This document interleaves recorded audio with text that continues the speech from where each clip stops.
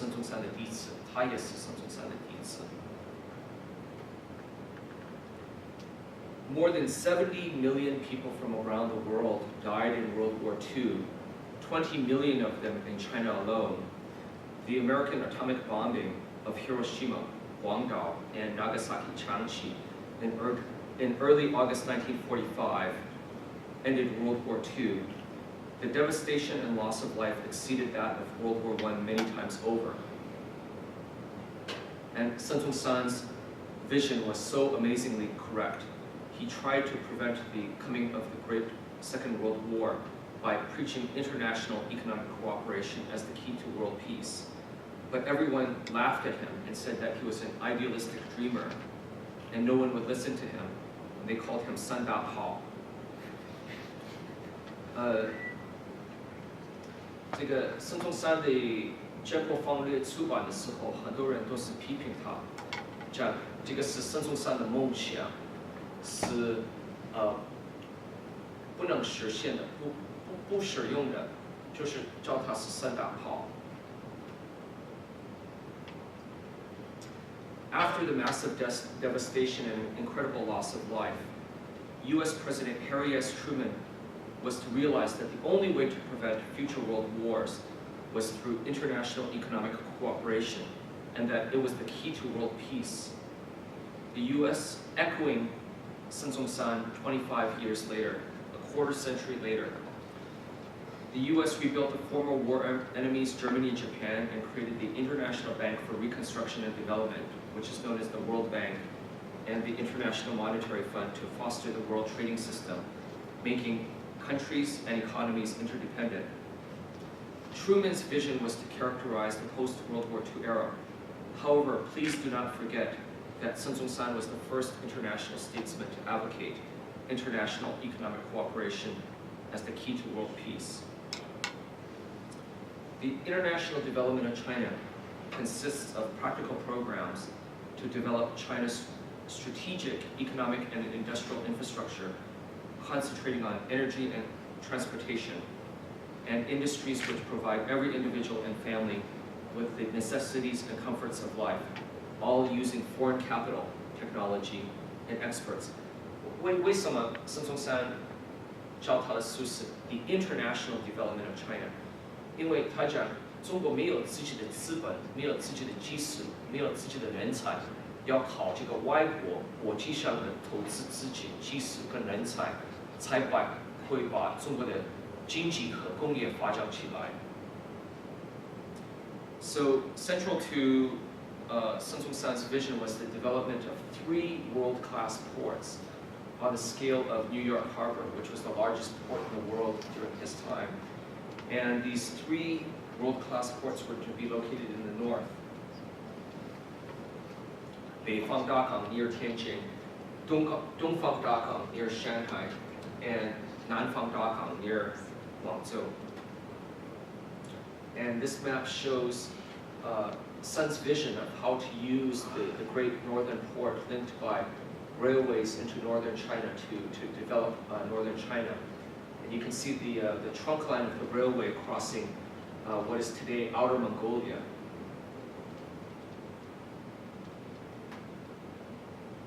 So this is how Sun Tong-san envisioned the Beifang Dagang would contribute to northern China's economic development.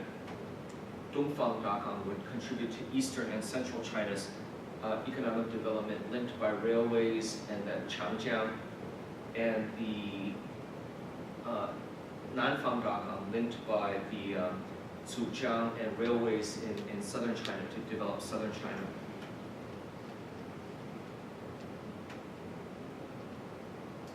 How many of you have heard of Sun Tong-san saying 知难行易?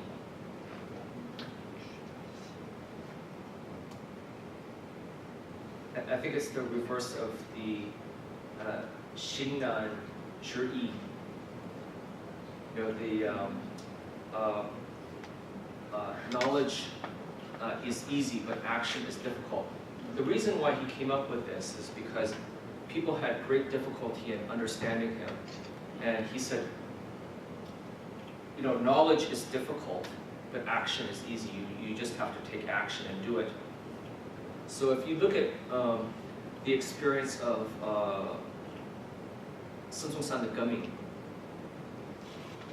how many times did he fail? Sun Zhongshan有几个失意都是失败的，他有10个起义都是失败的，可是他一直不放弃。This is also 知难行易。So 60 years after Sun Zhongshan first published 建国方略 and 十月计划, which was studied and well known to an entire generation of Chinese, including Jiang Jieshi, Mao Zedong, Zhou Enlai, Liu Shaoqi, and Deng Xiaoping, would be Deng Xiaoping who finally implemented Sun Zhongshan's vision and brought his ideas and programs to reality. So you can see in this cover of Time magazine, the cover shows that picture of Deng Xiaoping, and the title is Banishing Mao's Ghost. So 改革开放 is a 180-degree turn from Mao Zedong 的思想. So in China they say 改革开放是发展马列主义毛泽东思想. Don't be fooled by that. It's completely the opposite of Mao Zedong 的思想. 是孙中山的思想, and this is what I'm going to show you. So, as I'm sure you're all familiar with, since 改革开放以来，这个国务院提出来，这个政策是，这个改革开放第一步是在广东，有这个深圳跟珠海的特区，跟汕头跟厦门的特区。This was an experiment of using foreign capital, foreign technology, and foreign experts to develop China's industries. And it was so successful that in 1990, the State Council moved to the second phase in Pudong and Shanghai to open and to redevelop Shanghai and the Yangtze River Valley. And then finally, in 2006, 在06年国务院提出来这个环渤海地区的这个政策。And as you can see, this is basically following the same strategy in 孙中山的建国方略这个3个大的港口。现在中共跟这个国务院深化的变成这个珠江三角洲这个政策跟这个长江三角洲的这个政策跟这个环渤海地区的这个政策。And then focusing on Chongqing, developing Chongqing. And the way to do that is through the construction of the Sanshan Daba, Three Gorges Dam.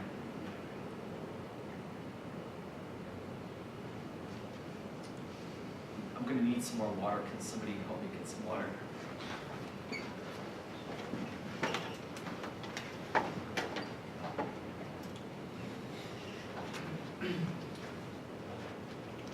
So the Great Southern Port, and then I want to quickly go through this. I won't go into too much detail. He said that in ancient times, Guangzhou was a ancient manufacturing center, and if international capital and technology will be introduced into southern China, it will once again become a great manufacturing center. And actually, Guangdong is like the factory to the world.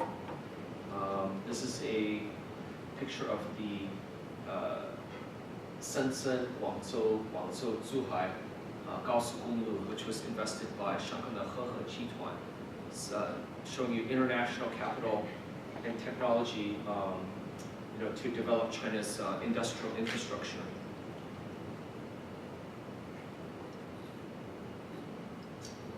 And this is the largest bronze statue of Sun Zhongshan in the whole world. And can anybody guess where this is?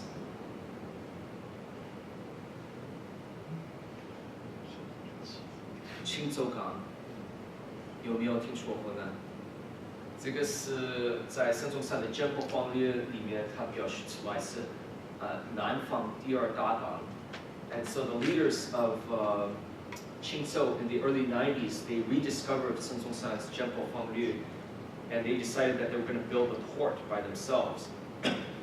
And they didn't realize that they were sitting on the best deep water port in all of southwestern China.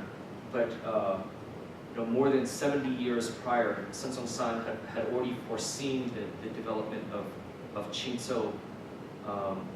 So the provinces of Sichuan, Huizhou, Yunnan, and Guangxi all have to rely on this port as their closest access to the sea.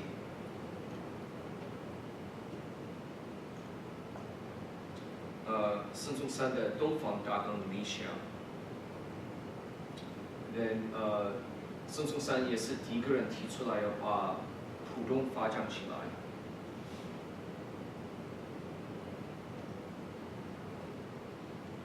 So if you look in this slide, you'll see a dotted line going down into the corner saying option 3, Yangshan Deepwater Port. 这个就是阳山山水港。And this port was the master planner of this port was my mother's classmate from Tongji Daxue in Shanghai. So this is Pudong today. This is the realization of Sun Zong-san's vision. And then this is a scale model of Yangshan Shangshui Gang, which is 就是实现了孙中山的东方大港的理想 and it has the capacity to become the largest port in the world. This is the bridge connecting Shanghai with the port. And I took all of these pictures myself.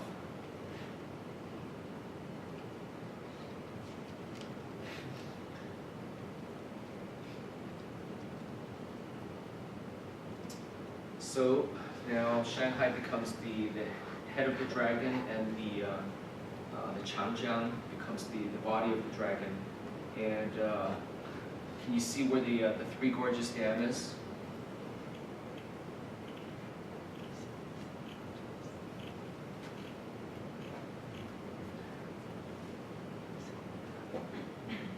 So Sun Zong-san advocated regulating the Changjiang and using its waterway for industry and commerce, and envisioned the construction of the Three Gorges Dam.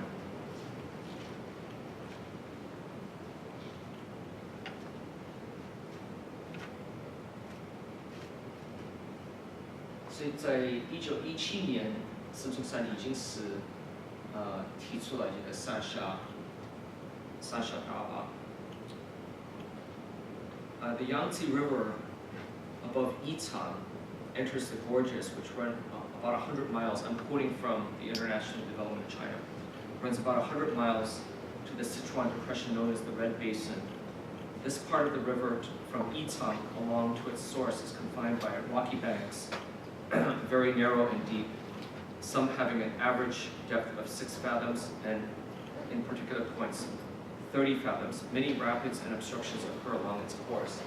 So you can see in this map, there's Yichang, and right above Yichang is the Three Gorges Dam. 所以这个三峡大坝也是实现了孙中山的这个理想。And this is the lock on the Three Gorges Dam that enables the ships to go all the way up to Chongqing. It's a container terminal.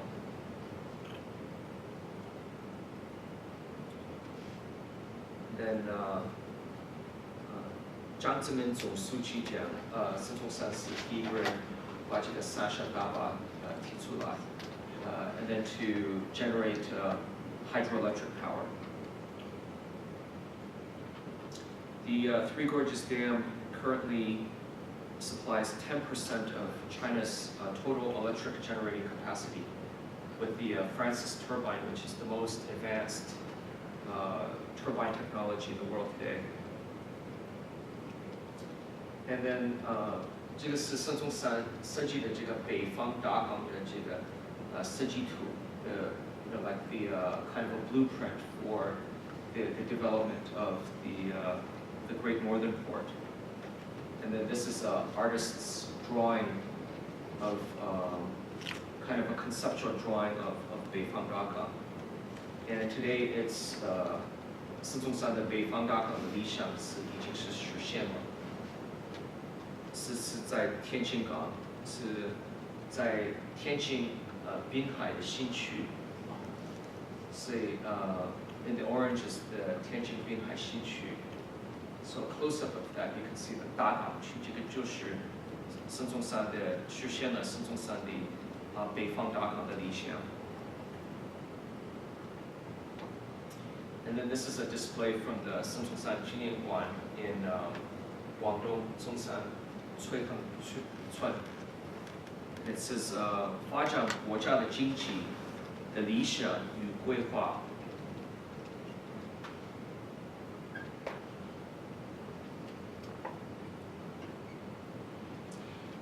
该允许外国资本主义以造就中国的社会主义，而调和此人类尽怀两种经济能力，使之互相为用，以促进将来世界之文明也。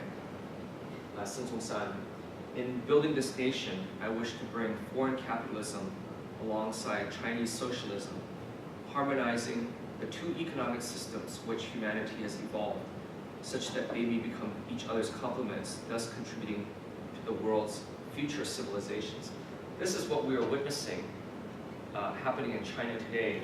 所以从改革开放以来 this is what China has been using. And what do they call it in China?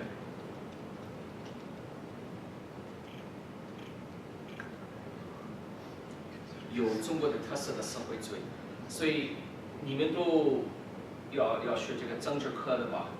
你们都是学了马列主义、毛泽东思想跟邓小平的理论的吧？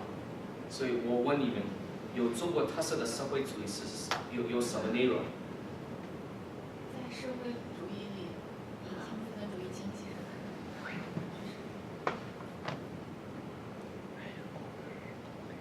所以从1982年，邓小平提出来有中国的特色的社会主义，这个是从孙中山的民生主义跟建国方略出来的。到92年14大会的时候，中国改变了宪法，从这个苏联的这个计划经济制度改变到这个社会主义市场经济制度。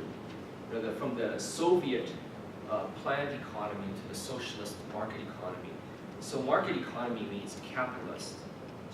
Socialism and capitalism, using them side by side.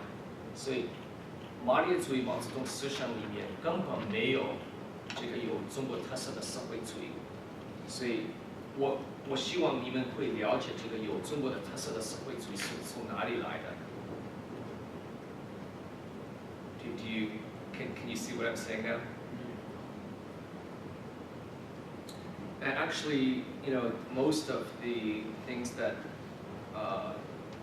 happen in China, like the 有中国的特色的社会主义，江泽民的3个代表，胡锦涛的科学的发展，到现在的这个习近平的中国梦。中华民族的伟大的复兴。Unfortunately, they're more slogans than anything else. 就是一个口号。所以 that's why people are so confused because 这个口号没有真的内容。你要去真的去学，你学不到的。I've listened to a lot of the speeches by the different leaders, listening very, very carefully to what they're saying, trying to understand what they're saying. And then all they do is they just keep on repeating these slogans over and over again. And I'm like, I asked one of my friends, I said, what are they trying to say? And then my friend told me, he said, Charles, you're trying too hard to understand. 就是空的，就是一个口号，是没有内容的。So another one of Deng Xiaoping's slogans is 不管黑猫白猫，抓到老鼠就是好猫。可是Deng Xiaoping没有告诉你，他的好猫是什么东西吗？所以今天我们会看到Deng Xiaoping的好猫是孙中山的建国方略。So after the 14th Party Congress in 1992, changing China's constitution, foreign capital, you see the FDI, this foreign direct investment, starts flooding into China, tens and tens of billions of US dollars start flooding into China. And then if you look at the graph on the opposite side from 1992, China's industries just skyrocket. So there's a mirror image of all the foreign capital coming into China and the development of China's industries and economy. 这个就是利用外国的资本主义来建设我们的中国的社会主义。现在你们明白了吗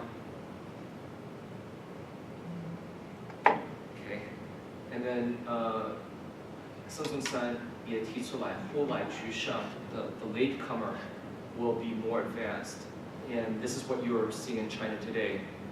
Today, China is becoming the most advanced country in the world in terms of industrial and economic infrastructure because it's leapfrogging technology. And this is the first airplane built in China, designed in May 1923 and flown on July 1923. And then the plane was named Rosamunde. 这个是宋庆龄的法国的名字。And 这个是孙中山亲手写的。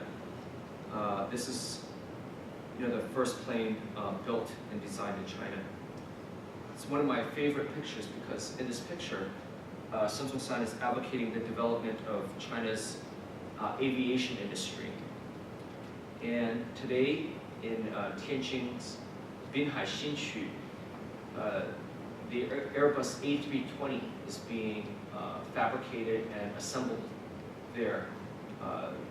This is furthering the development of China's aviation industry. And if you look in the background, you can see the containers. Costco, it's China Ocean Shipping. 到了天津港，到了天津滨海新区。So if you fly around China, most likely you'll be flying on one of these Airbus A320s, which are being assembled in China. And then 青藏铁路是在06年7月份开幕的。How many of you know that Qingzhang Tianlu was also part of Sun Yat-sen's vision? For decades, many experts, they laughed at Sun Yat-sen and they said, look at how ridiculous his railway plan is. Do you know how difficult it is to build a railway to Tibet? And yet, 90 years later, 87 years later, 1919年到2006年是87年后。After 87 years, China built this railway, and this is how they engineered it. They elevated the track across the permafrost, the frozen earth of the Tibetan plateau, and using pressurized train cars because of the high altitude.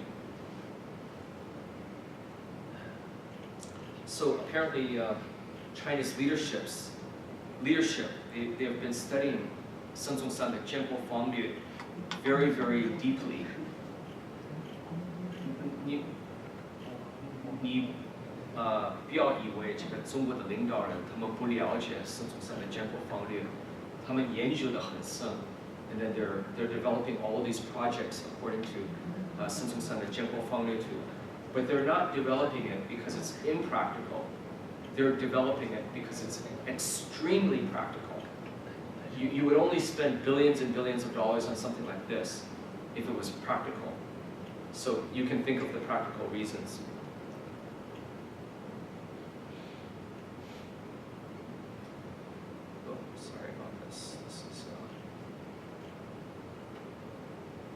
So now you can take a train from Beijing all the way to Lhasa.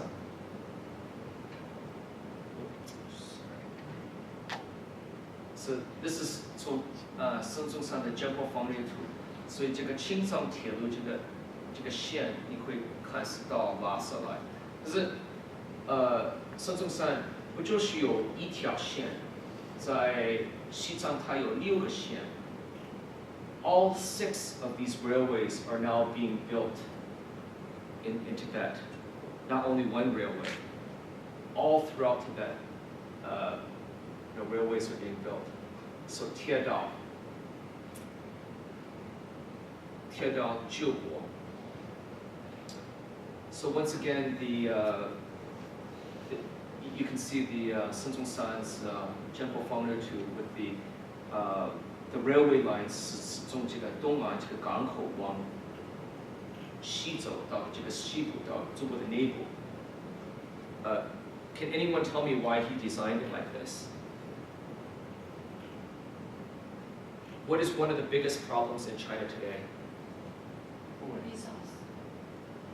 Imbalanced development between the rich East Coast and the poor Western interior, right? 这个东岸跟这个西部，这个平均差距，这个不平衡的发展。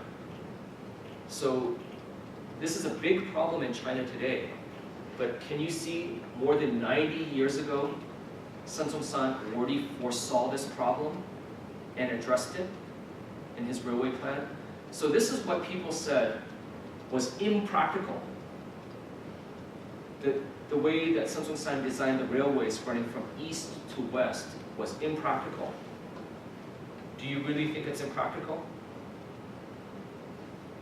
Only now that China has all these problems with imbalanced development do they see how deep Sun Yat-sen's vision is. 他的远见是非常深的。The railway planners in China, this is the way they plan China's railways. Do you see how most of the railways are running? North to south, right? And then all the railway lines, they all connect up to Beijing because Beijing is the capital. So what is the reason for designing China's railway like this? Is it for economic development? No. This is for political purpose. Beijing is the political center. This is for Beijing to control the country. They designed it for a political purpose. Do you see that? If for political reason, they should build many for the Xinjiang and Xinjiang. Yeah, you can see that. But just only 1 or 2 not to mention. Right. So this is the mistake that they made. This big mistake. You know, why do you want to build all the railways from Beijing? Everybody going to Beijing, everybody leaving Beijing to the provinces, everybody coming to Beijing from the provinces. 这个是为了经济发展吗? So what is impractical? 孙中山的政府方略是不实用，还是这个不实用的? I tell you, it's amazing. So how is China building the railways now to solve the problem with the imbalanced development between the rich East Coast and the poor Western hinterland? They're building the railway from east to west. That's how you develop the Western interior. You link it to the ports on the coast.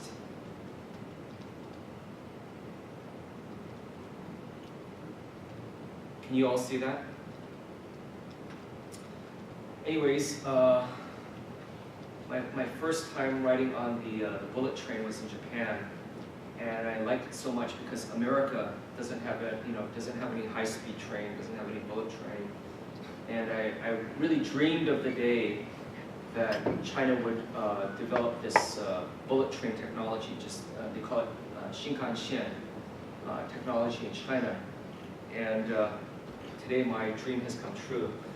in the top two slides, you can see this bullet train, Shinkansen, running in Japan, and you can see the same technology is being used in China. And then 这个是和谐号2号，是和谐号2号是用这个日本的技术。In 1912, Sun Tong-san went to Kobe, Japan,到这个日本神户去访问这个 Kawasaki Heavy Industries. Kawasaki Heavy Industries has been a pioneer in train technology, and they're actually the technology that builds the bullet train in Japan. And that same technology is being used in China today. So Sun Yat-sen's dream of using this Kawasaki Heavy Industries technology has also been realized. And 和谐号1号是用这个 radian 的技术，这个是在 radian， 这个是在中国。和谐号3号是用这个德国的 Siemens 技术。That slide is in Germany and this is in China. So between Beijing and Tianjin is using this train technology. And it reduces the travel time. My first time from Beijing to Tianjin, it took 2.5 hours. But now you can reach from Beijing to Tianjin 就是半个小时可以到了。和谐号5号是用这个意大利的技术。Then the 磁铁这个maglev. This is the only commercially operational maglev train in the world, connecting Shanghai with Pudong. 所以中国真的是变成这个后来居上 most advanced technology from all over the world. Usually, specific countries, they only have their own technology, but China has international technology from many, many different countries. It's all being developed here in China. So for Sun Tong-san's entire revolutionary career, he was obsessed with only one thing, and that was saving China, 救中国。所以在这里是他的模宝，造路救国。Advocating the development of roads to develop China's automotive industry. And China doesn't only have automotive experts from one country, but countries all over the world. So from Japan, United States, Germany, Korea, the Chevy Volt, like General Motors, they declared bankruptcy 5 years ago in the global financial crisis. And they're hoping that this Chevy Volt will revive General Motors. Can anybody guess where this is being built? Shanghai, right. So you can see why build it in Shanghai.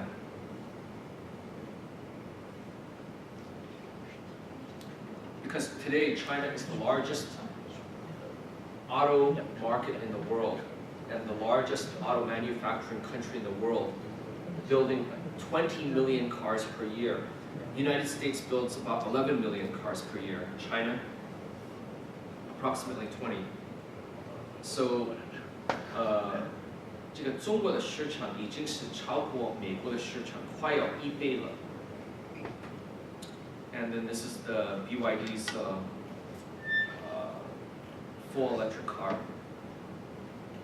This is how Sun Tong-san said that China could learn from the West and then surpass the West. 所以中国快要超过美国的这个已经超过美国的这个汽车工业了。And who can tell me who the beautiful lady is? Song Qingling, correct. Okay. 你们怎么叫在中国？你们怎么叫宋庆龄呢？为什么叫国母呢？不就是孙中山是国父？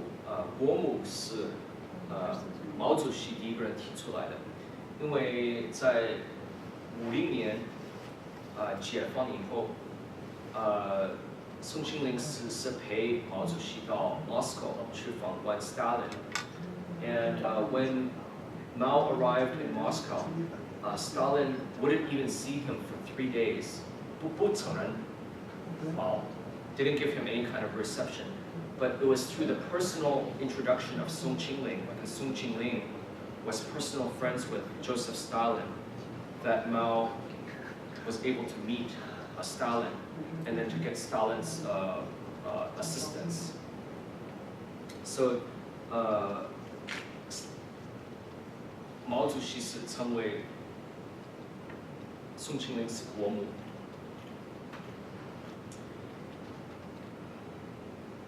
所以宋庆龄一直是跟周恩来总理讲，我们要多学孙中山的思想。She really hoped and dreamed that the Chinese Communist Party would realize 孙中山的思想。I can honestly say that in the first 30 years, they didn't do it. It was a complete disaster.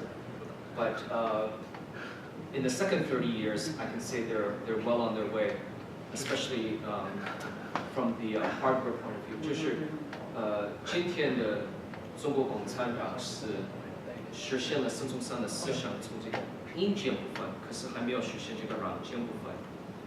Then in May 1981, Song Qingling passed away, and then my mother went to Beijing to attend her grandmother's memorial service, and she was received by Madame Deng Yincao, who privately told her a small party secret.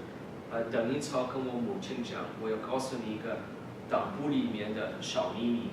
从改革开放开始，我们要开始借用你的祖父的思想来建设中国。